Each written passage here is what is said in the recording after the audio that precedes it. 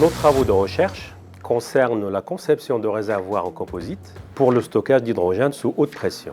À travers ces développements, nous cherchons à garantir la fiabilité et la sûreté des réservoirs et pour ce faire, nous prenons en compte la morphologie des matériaux à différentes échelles, micro, méso et macro.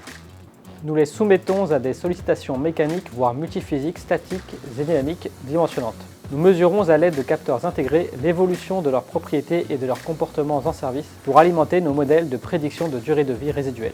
Nous avons comme objectif d'optimiser le coût et la cadence de production à travers le choix des matériaux, l'optimisation du procédé d'enroulement filamentaire et du mode de polymérisation. Enfin, nous étudions la gestion de fin de vie des réservoirs par la valorisation et le recyclage des matériaux. Ces dernières années, les hausses constantes des prix de l'énergie et la raréfaction des ressources primaires polluantes, que ce soit le gaz ou le pétrole, n'ont échappé à personne. Cela oblige nos sociétés à s'orienter vers d'autres ressources pour répondre à la consommation sans cesse croissante et garantir leur indépendance énergétique.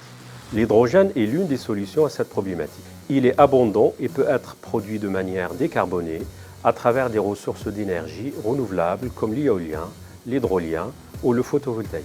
Dans le domaine du transport à l'aide de la pile à combustible, à l'horizon 2030, le marché européen représentera, selon l'organisation Fuel Cells and Hydrogen, une flotte de 3,7 millions de véhicules de tourisme, 500 000 véhicules utilitaires légers, 45 000 camions et autobus et 570 trains.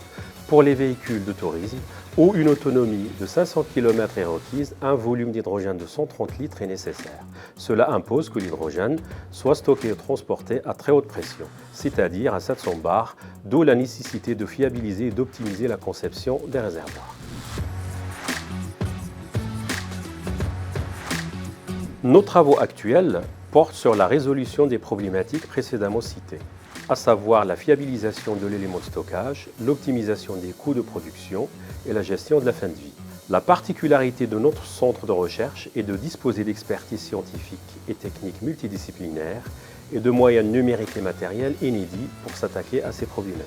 La suite que nous envisageons pour nos travaux, c'est la construction d'un démonstrateur de réservoirs de stockage et de transport d'hydrogène sous haute pression économiquement viable. Il sera équipé de capteurs connectés pour le suivi de son état de santé in situ et en temps réel, à travers un jumeau numérique embarqué.